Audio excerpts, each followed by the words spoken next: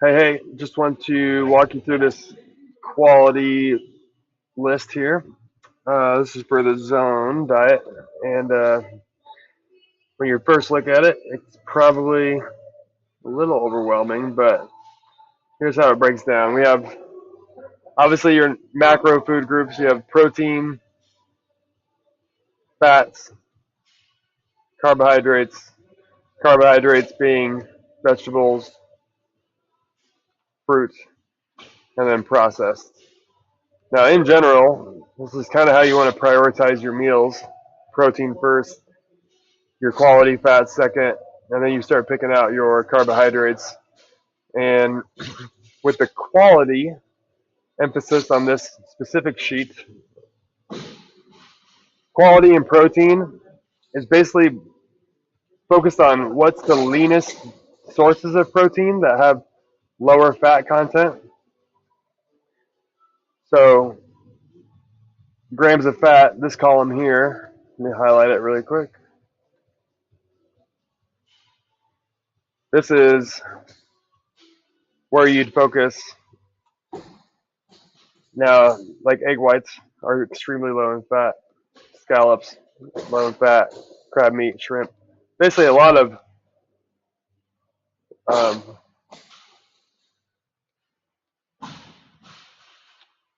fish and whatnot.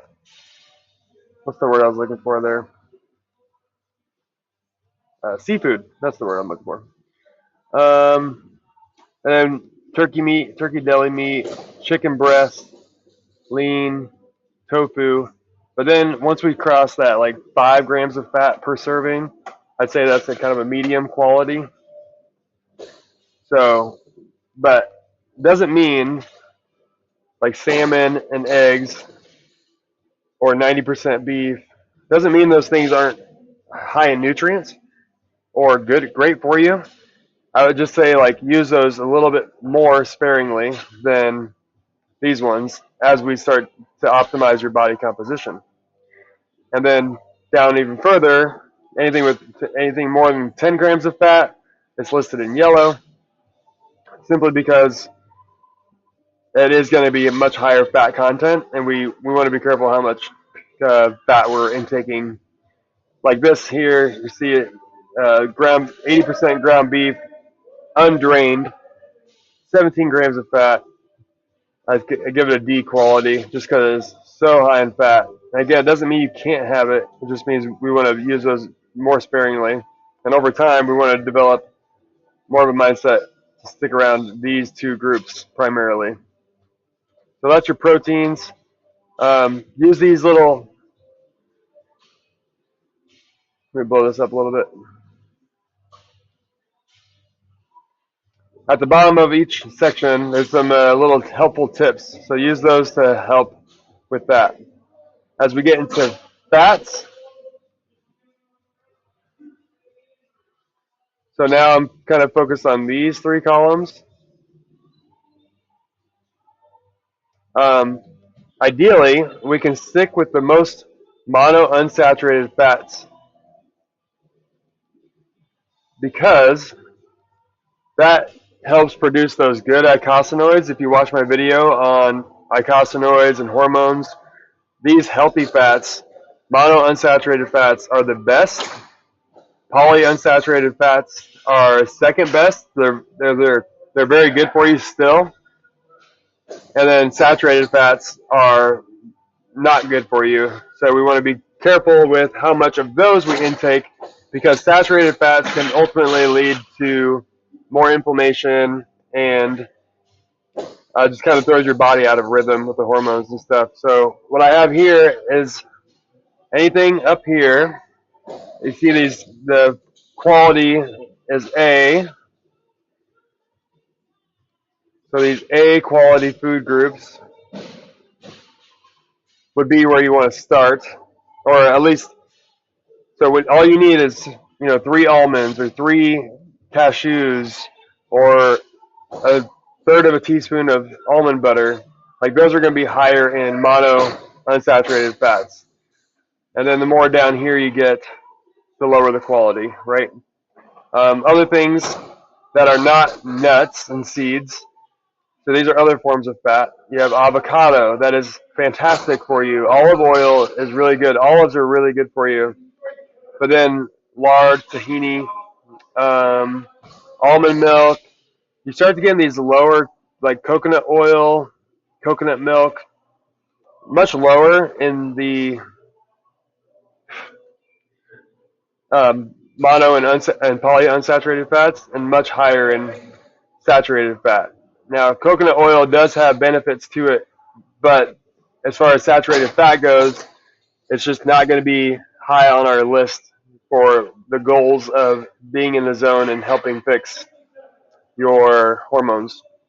So again, little note here: do not consume any seed oils, canola, corn, soybean, sunflower, safflower, grapeseed, flaxseed, peanut oil, any vegetable oils. Don't consume any of those because they're extremely inflammatory. Um, you want to limit your fats that are high in saturated fat to 25%. So again, whether it's a low quality fat or it's a low quality protein, you just want to limit those foods. And in general, whether it's carbohydrates, fats, proteins, limit the lower quality stuff to less than 25% of your food. So like, I don't know, basically one meal a day, you can have lower quality foods as long as you stay in the moderations that we're aiming for, right? So getting into the carbohydrates, same idea. No coincidence here. Basically all of your vegetables are going to be high quality. This is based on the glycemic index, and the lower the load on the glycemic index, the essentially the slower the absorption rate into that it converts into sugar. So anything with a 5, 10, 15, 20, up to 50, those are going to absorb much, much slower as a carbohydrate into your system, into your bloodstream than all the higher things like fruits. Some of the fruits, and especially, I'll show you here in a second, but especially the processed stuff. So looking at the glycemic index here, um, uncooked amounts and cooked amounts, like you get a ton of this stuff. Look at these quantities. Good luck ever eating a whole block of asparagus. 500 grams of asparagus is so much. Even the Brussels sprouts, 174 or 200 grams of that. that's a healthy load there. Broccoli, 232 grams. So like you can load up on all of these items. And this is where when you talk about the plate method, you want to be able to build half of your plate on these types of carbohydrates because it's going to fill you up. They're super high in nutrients and they're super low carb, so you get so many of them. Now, these are more starchy type of vegetables down here, like squash, carrots, potatoes, beets, parsnips. You don't get nearly as much. You only get 193, only 54 grams of corn or potatoes per serving or per block. So those are, again, they're not low quality foods. It's still a high quality food because it's the whole food item, which is great. But I would still use these as primary because like there's no way I'm gonna eat 5 blocks of these low glycemic load vegetables. So for me personally, I like to do about 2 to 3 blocks on my meals. So like half of my blocks of carbohydrates are going to be from higher starch or higher glycemic index, starchier types of foods. And then I try to do at least a quarter of my carbohydrates from the like greeny stuff, all this stuff. And then a quarter of my carbs come from fruit.